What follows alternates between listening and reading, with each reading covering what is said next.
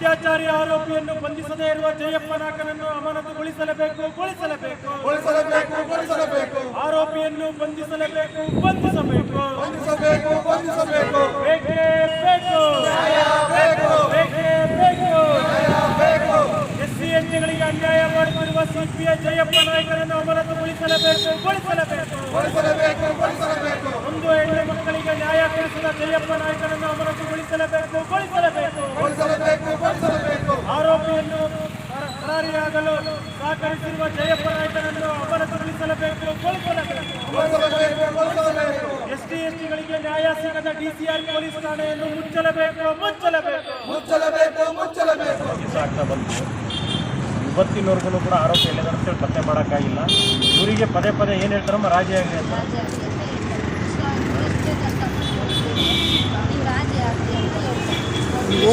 ಹೋದ್ರು ಕೂಡ ಲಂಚ ಕಮಿಷನ್ ಒಳಗಾಗಿ ವಾಪಸ್ ಬರ್ತಾರೆ.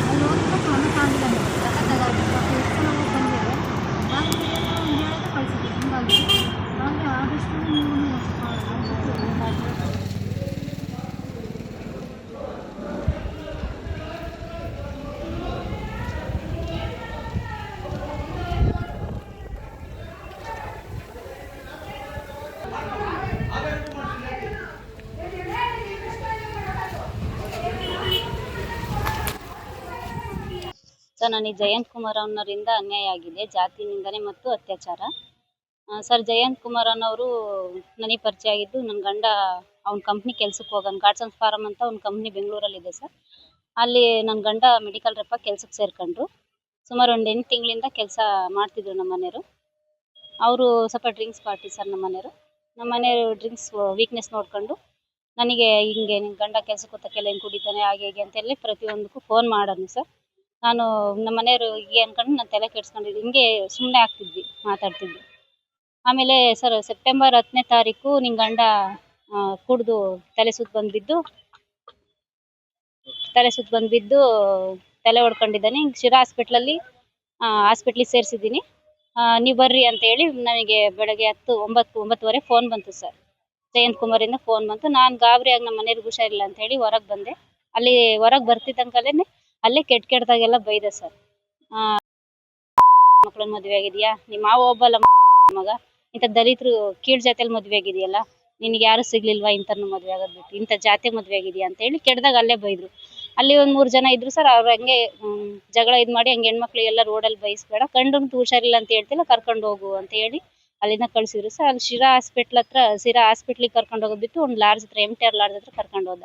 ಅಲ್ಲಿಗೂ ಕೇಳಿದೆ, ನಾನು ಇಲ್ಲಿ ಯಾಕೆ ಕರ್ಕೊಂಬಂದಿದ್ದೆ ಅಂತ. ಇಲ್ಲೇ ಹಾಸ್ಪಿಟ್ಲಿಂದ ಬಂದು ರೆಸ್ಟ್ ಮಾಡ್ತಿದ್ದೇನೆ, ತುಂಬ ಹುಷಾರಿಲ್ಲ ಅಂತೇಳಿ ಹೋದ್ರು ಸರ್. ನಾನು ಕರ್ಕೊಂಡೋಗಿ ಒಂದು ರೂಮಲ್ಲಿ ಬಲವಂತವಾಗಿ ಅತ್ಯಾಚಾರ ಮಾಡಿ ವಿಡಿಯೋ ಮಾಡ್ಕೊಂಡಿದ್ದೀನಿ ಅಂತ ಹೇಳಿ ಎದುರಿಸಿ ಅಲ್ಲಿಂದ ಬ್ಲ್ಯಾಕ್ ಮೇಲ್ ಸ್ಟಾರ್ಟ್ ಆಯ್ತು ಸರ್.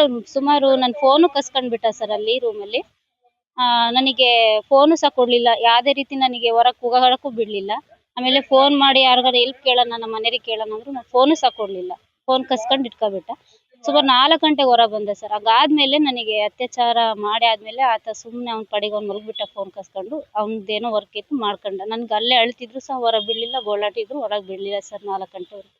ಆಮೇಲೆ ರೂಮಿಂದ ಹೊರಗೆ 4 ಗಂಟೆಯಿಂದ ಬಂದು KRTC ಬಸ್ ಸ್ಟಾಪಿಗೆ ಬಿಟ್ಟು ಒಂದು ಹೆಣ್ಮಗಳು ಕರ್ಕೊಂಬಂದು ಇಷ್ಟು ಮಟ್ಟಿಗೆ ಇದು ಮಾಡಿದ್ದೀನಿ, ನಾನು ಕರ್ಕೊಂಡೋಗಿ ಸೇಫ್ಟಿಯಾಗಿ ಬಿಡಬೇಕು ಅನ್ನೋ ಒಂದು ಕನಿಕರನೂ ಇಲ್ದಂಗೆ KRCT ಬಸ್ ಸ್ಟಾಪ್ ಹತ್ರ ಬಿಟ್ಟು ಹೋದ ಸರ್. ಆತ ಅವ್ನ ಪಡಿಗೆ ಅವ್ನು ಹೋದ. ಆಮೇಲೆ ಸರ್, ನಾನು ಅಲ್ಲಿಂದ ನನ್ನ ಊರಿಗೆ ಬಂದೆ. ನಮ್ಮ ಮನೆಗೆಲ್ಲ ಏನು ನಾನು ಹೇಳ್ಕೊಂಡಿರಲಿಲ್ಲ ಸರ್.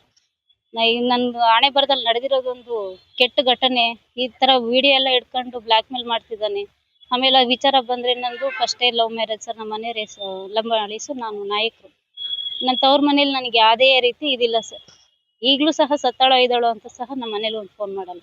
ಇದು ಸಹ ಗಂಡನ ಮನೇಲಿ ವಿಚಾರ ಗೊತ್ತಾಯಿತು ಅಂದರೆ ಆಮೇಲೆ ನನಗೆ ಎಲ್ಲೂ ಇರಲ್ದಂಗೆ ಚಿಕ್ಕ ಮಕ್ಳು ಎರಡು ಚಿಕ್ಕ ಮಕ್ಕಳು ಸರ್. ನನ್ನ ಮಕ್ಳಿಗೆ ಬಿಟ್ಟು ನಾನು ಎಲ್ಲಿ ಕರ್ಕೊಂಡು ಹೋಗೋಣ ಅಂತ ಭಯದಿಂದ ನಾನು ಅವನ ಹೆದರಿಕೆಯಲ್ಲೇ ನಾನು ಸುಮ್ಮನಾಗ್ಬಿಟ್ಟೆ ಸರ್, ಹೇಳ್ಕೊಂಡಿರಲಿಲ್ಲ. ಆತನೇ ಡಿಸೆಂಬರ್ ತಿಂಗಳು 13ನೇ ತಾರೀಕು ನಮ್ಮ ಮೇಲೆ ಸುಳ್ಳು ದೂರು ನೀಡಿದ ಸರ್. ನಾನು ಏನು ಇಲ್ಲ, ಅವ್ನು ಹೇಳ್ದಂಗೆ ಕೇಳ್ಕೊಂಡು ಸುಮ್ಮನೆ ಬಿದ್ದಿರೋಳಿಗೆ ನಮ್ಮ ಮನೆಯವ್ರನ್ನು, ನನ್ನ ಗಂಡನು, ನಮ್ಮ ಮಾವನ್ನು ತಲೆ ತಗ್ಸಾಗಿ ಮಾಡಿದ. ಡಿಸೆಂಬರ್ 13ನೇ ತಾರೀಕು 25 ಲಕ್ಷ ಡಿಮ್ಯಾಂಡ್ ಮಾಡ್ತಿದ್ದಾರೆ, ಹನಿ ಟ್ರ್ಯಾಪ್ ಮಾಡ್ತಿದ್ದಾರೆ ಅಂತ ಹೇಳಿ ಸುಳ್ಳು ದೂರು ನೀಡಿದ. ಇಷ್ಟೆಲ್ಲ ಆದಮೇಲೆ ಈಗ ನನ್ನ ಇದು ಕಡ್ಕ ಪಡ್ಕನ ನನ್ನ ಕೈಯಾಗಿತ್ತು ಸರ್. ಈಗ ಆಗಿರೋದು ನನಗೆ ಅನ್ಯಾಯ. ಆತನೇ ಸುಳ್ಳು ದೂರು ಕೊಟ್ಟಿದ್ದಾನೆ. ಅದಾದ್ಮೇಲೆ ಮತ್ತೆ ನಾನು ನಮ್ಮ ಮನೆ ತಕ್ಕೆಲ್ಲ ಈ ತರ ಒಪ್ಕೊಂಡು ನಾನು ಕಂಪ್ಲೇಂಟ್ ಮಾಡಿದ್ದೀನಿ ಸರ್. ನನಗೆ ಕಂಪ್ಲೇಂಟ್ ಆದ್ಮೇಲೆ ಇಲ್ಲಿ DCR ಪೊಲೀಸ್ ಸ್ಟೇಷನ್ ಇಂದ ಯಾವುದೇ ರೀತಿ ನನಗೆ ನ್ಯಾಯ ಸಿಕ್ತಿಲ್ಲ ಸರ್. ಅವರು ನ್ಯಾಯ ಕೇಳ್ಕೊಂಡು ಹೋದ್ರೆ ರಾಜ್ಯ ಆಗ್ರಿ 35ರಿಂದ 40 ಲಕ್ಷ ಕೊಡಿಸ್ತೀನಿ, 50 ಲಕ್ಷ ಕೊಡಿಸ್ತೀನಿ. DCR police station sir Jayappa Naik ಅವರು ಈ ತರ ಹೇಳ್ತಿದ್ದಾರೆ. ನಮಗ್ ದುಡ್ಡು ಬೇಡ ಸರ್, ನ್ಯಾಯ ಬೇಕು. ಊರಲ್ಲಿ ಮಾನಹಾನಿ ಆಗಿದೆ ಸರ್. ಒಂದ್ ಹೆಣ್ಣು ಅಂತ ಇದು ನೋಡ್ದಂಗೆ ಪೊಲೀಸ್ ಸ್ಟೇಷನ್ ಹತ್ರ 50-60 ಜನ ಗಂಡ್ ಮಕ್ಳು ನಡುವೆ ನಾನು ಒಬ್ಳು ನಿಂತ್ಕೊಂಡಿದ್ದೀನಿ ಸರ್. ಯಾರು ಇಲ್ಲ. ಒಂದ್ ಹೆಣ್ಮಕ್ಳಿಗೆ ಎಲ್ಲೂ ನ್ಯಾಯ ಸಿಗ್ತಿಲ್ಲ. ಒಂದ್ ಪೊಲೀಸ್ ಸ್ಟೇಷನ್ ಇಂದ ನ್ಯಾಯ ಸಿಗ್ತಿಲ್ಲ.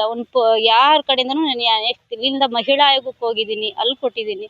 ಆಮೇಲೆ DCR ಬೆಂಗಳೂರು ಉಮೇಶ್ ಸರ್ ಅವ್ರ ತಕ್ಕ ಸಹ ಹೋಗಿದೀವಿ, ಅಲ್ಲಿ ಕೊಟ್ಟಿದ್ದೀವಿ ಅರ್ಜಿ. ನನಗೆ ಎಲ್ಲೂ ನ್ಯಾಯ ಸಿಗ್ತಿಲ್ಲ. ಇಲ್ಲಿ ಚಿತ್ರದುರ್ಗ DCR ಪೊಲೀಸ್ನರು ಜಯಪ್ಪ ನಾಯ್ಕನವರಿಂದಂತೂ ನ್ಯಾಯನೇ ಸಿಗ್ತಿಲ್ಲ ಸರ್. ಸರ್ ನನಗೆ ಕೊನೆದಾಗ ನ್ಯಾಯ ಸಿಗ್ಬೇಕು, ಅವ್ನು ಅರೆಸ್ಟ್ ಆಗ್ಬೇಕು ಸರ್. ಇಲ್ಲ ಅಂದ್ರೆ ಇಲ್ಲೇ SP ಆಫೀಸ್ ಮುಂದೆ ನಾನು ಏನಾದ್ರು ವಿಷ ಆದ್ರೂ ಕುಡ್ದು ಸಾಯ್ತೀನಿ, ಇಲ್ಲ ಪೆಟ್ರೋಲ್ ಸುರ್ಕೊಂಡು ಸಾಯ್ತೀನೋ ನನಗೆ ಗೊತ್ತಿಲ್ಲ ಸರ್. ನನಗೆ ಯಾವ್ದೇ ಅವ್ನು ಅರೆಸ್ಟ್ ಆಗ್ಬೇಕು, ನನಗೆ ನ್ಯಾಯ ಸಿಗ್ಬೇಕು ಸರ್.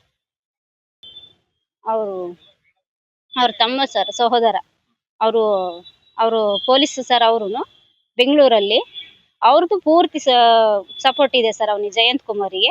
ಮತ್ತೆ ಇಲ್ಲಿ ಜಯಪ್ಪ ನಾಯ್ಕ ಅವರಿಗೆ ಇಲ್ಲಿ ನಾವು ಏನೇನ್ ಮಾಡ್ತಿದೀವಿ, ನಮ್ಮ ಆಕ್ಟಿವಿಟಿ ನಾವ್ ಯಾವ ರೀತಿ ಹೋರಾಡ್ತಿದ್ವಿ, ಪ್ರತಿ ಒಂದು ಇನ್ಫಾರ್ಮೇಶನ್ ವಿನಯ್ ಕುಮಾರ್ ಅನ್ನೋರಿಗೆ ಇಲ್ಲಿ DCR ಪೊಲೀಸ್ ಸ್ಟೇಷನ್ ಇಂದಾನೇ ಸಹ ಅವರಿಗೆ ಹೋಗ್ತಿದೆ ಸರ್ ಇನ್ಫಾರ್ಮೇಶನ್. ನಮಗೆ ಪ್ರತಿಯೊಂದು ಸಾಕ್ಷಿಗಳು ನಾಶ ಮಾಡಕ್ಕೂ ಪ್ರಯತ್ನ ಪಡ್ತಿದ್ದಾರೆ. ಅದ್ರಿಂದ ನಮಗೆ ಯಾವುದೇ ರೀತಿ ನ್ಯಾಯ ಕೊಡಿಸ್ಬಾರ್ದು, ನಾವು ಸೇಫ್ ಆಗ್ಬೇಕು ಅನ್ನೋ ಇದಕ್ಕೆ ಎಲ್ಲಾ ಉದ್ದೇಶನೂ ಸಹ ನಡೆಸ್ತಿದ್ದಾರೆ ಸರ್ ಅವರು. ಯಾವುದೇ ರೀತಿ ನಮಗೆ ನ್ಯಾಯ ಸಿಗ್ತಿಲ್ಲ. ನ್ಯಾಯ ಸಿಗದೆ ಕಾರಣಕ್ಕೆ ನಾನು ಎಲ್ಲಿ ಸಾಯ್ತೀನಿ ಅಂತಾನು ಗೊತ್ತಿಲ್ಲ ಸರ್. SP ಆಫೀಸ್ ಮುಂದೆ ಹೋಗ್ತೀನೋ ಎಲ್ಲಿ ಹೋಗ್ತೀನೋ, ಒಟ್ಟು ನಾನಂತೂ ವಿಷ ಕುಡ್ದಾಯ್ತು, ಇಲ್ಲ ಪೆಟ್ರೋಲ್ ಸುರ್ಕೊಂಡಾಯ್ತು, ನನ್ನ ಜೀವ ಅಂತೂ ತಗೊಳಂತೀವಿ ಸರ್. ನನಗೆ ಮಾನಹಾನಿ ಆಗಿದೆ ಸರ್. ನನಗೆಲ್ಲೂ ತಲೆ ಎತ್ಕೊಂಡು ತಿರ್ಗಕ್ ಆಗ್ತಿಲ್ಲ. ಚಿಕ್ಕ ಮಕ್ಳು 2 ಇದಾವೆ ಸರ್. ಆ ಮಕ್ಳ ಮುಖ ನೋಡ್ಕೊಂಡು ನಾನು ಜೀವಂತವಾಗಿದ್ದೀನಿ. ನ್ಯಾಯ ಸಿಕ್ಕರೆ ಅಂತೂ ಬದುಕ್ತೀನಿ ಸರ್. ನಾನು ನ್ಯಾಯ ಸಿಗದೆ ಇದ್ರೆ ನಾನು ವಿಷ ಕುಡ್ದು SP ಆಫೀಸ್ ಮುಂದೆನೆ ಸತ್ತು ಹೋಗ್ತೀನಿ ಸರ್. ಒಂದು ಅತ್ಯಾಚಾರ ಆಗಿ ಜಾತಿ ನಿಂದನೆ ಮಾಡೋದಕ್ಕೆ ಒಬ್ಬ ಆರೋಪಿನ ಸುಮಾರು 10/2/2026 ಕೇಸ್ ಕೊಟ್ಟು ಹೆಚ್ಚು 57 ದಿನ ಆಗಿದೆ, ಇದುವರೆಗೂ ಬಂದಿಲ್ಲ. ಕಾರಣ ಏನು ಅಂತಂದ್ರೆ ಇವರಿಗೆ ಜಾತಿ ಬಲ, ಹಣ ಬಲ ಮತ್ತೆ ರಾಜಕೀಯ ಬಲ ಇಟ್ಕೊಂಡಾರೆ ಇವರು. ಹಾಗಾಗಿ ಇವರು DCR ನಮ್ಮ ಪೊಲೀಸ್ ನಿರೀಕ್ಷಕರು ಜಯಪ್ಪ ನಾಯ್ಕರವರು ಅವ್ರ ಜೊತೆ ಶಾಮೀಲಾಗ್ಬಿಟ್ರು. ಹೆಂಗೆ ಅಂತಂದ್ರೆ ಈ ಆರೋಪಿ ಜಯಂತ್ ಕುಮಾರ್ ಅಂತ ಇದ್ದಾನಲ್ಲ, ಅವನ ಸಹೋದರ ಒಬ್ಬ ಬಂದ್ಬಿಟ್ಟು ಗುಪ್ತಚರ ಇಲಾಖೆಯಲ್ಲಿ ಬೆಂಗಳೂರಲ್ಲಿ ಕೆಲಸ ಮಾಡ್ತಾ ಇದ್ದಾನೆ. ಆತನಿಗೂ ಈತನಿಗೂ ಸುಮಾರು ಬಾರಿ ಫೋನ್ ಕನೆಕ್ಷನ್ ಆಗ್ಬಿಟ್ಟು ಅವರು ಡೀಲ್ ಮಾಡ್ಕೊಬಿಟ್ಟರು. ಆಮೇಲೆ ಆತ 4-5 ಸರಿ ಬಂದ್ ಹೋಗ್ತಾರೆ ಚಿತ್ರದುರ್ಗ DCR ಆಫೀಸ್ಗೆ.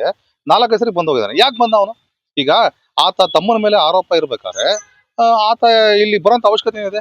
ಇವ್ರು ಸುಮಾರು ಬಾರಿ ಈಗೆಲ್ಲ ಬಂದು ನಮಗೆ ಟೋಟಲ್ ಆಗಿ ನ್ಯಾಯ ಕೊಡ್ಸಕ್ಕಾಗಿಲ್ಲ, ಮತ್ತೆ ಆ ಆರೋಪಿನ ಅರೆಸ್ಟ್ ಮಾಡಿಲ್ಲ ಇದುವರೆಗೂ.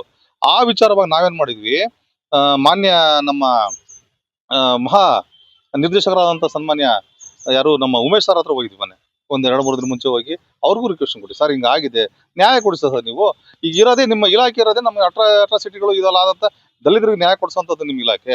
ಯಾಕೆ ಸರ್ ನಮ್ಗೆ ಹಿಂಗ್ ಮಾಡಿದೆ ಅಂತ ಕೇಳಿದಾಗ ಕೂಡಲೇ ಅವ್ರು ಫೋನ್ ಮಾಡಿ ಮಾತಾಡಿದ್ರು. ಅದೇನಾಯ್ತು ಗೊತ್ತಿಲ್ಲ, ಅದು ಗೊತ್ತಾಗಲಿಲ್ಲ. ಮಹಿಳಾ ಆಯೋಗ ಮೇಡಮ್ ನಾಗಲಕ್ಷ್ಮಿ ಮೇಡಮ್ ಅವರ ಆಫೀಸ್ಗೆ ಹೋಗಿದ್ವಿ, ಅಲ್ಲೂ ಕೂಡ ರಿಕ್ವೆಸ್ಟ್ ಕೊಟ್ಟಿದ್ವಿ. ಇದಕ್ಕೂ ಮುಂಚೆ 1 ತಿಂಗಳ ಮುಂಚೆ ನಮ್ಮ ಚಿತ್ರದುರ್ಗ ಜಿಲ್ಲಾ SP ಅವ್ರಿಗೆ ಇದು ಕೊಟ್ಟಿದ್ವಿ, ನಾವು ಮಾಹಿತಿನ ರಿಕ್ವೆಸ್ಟ್ ಕೊಟ್ಟಿದ್ದೀವಿ. ಇದುವರೆಗೂ ಯಾವ್ದಾರ 50 ದಿನ ಆರೋಪಿ ಅರೆಸ್ಟ್ ಮಾಡಿದ್ರು ಸರ್. ಇವ್ರಿಗೆ ಉದ್ದೇಶ ಏನಂತ ಗೊತ್ತಿತ್ತ? ಈಗ ಒಬ್ಬ ಸಾಮಾನ್ಯ ಬಡ ದಲಿತ ಮಹಿಳೆ ಮೇಲೆ ಅತ್ಯಾಚಾರ ಆಗಿ ಈ ತರ ಅನ್ಯಾಯ ಆಗ್ತಾ ಇದೆ ಅಂದಾಗ ಇವ್ರು ಯಾಕೆ ಇದು ಆಕ್ಷನ್ ಅಂತ ಇಲ್ಲ? ಇದ್ರಿಂದ ಹಿಂದೆ ಉದ್ದೇಶ ಏನಿದೆ ಇವ್ರಿಗೆ?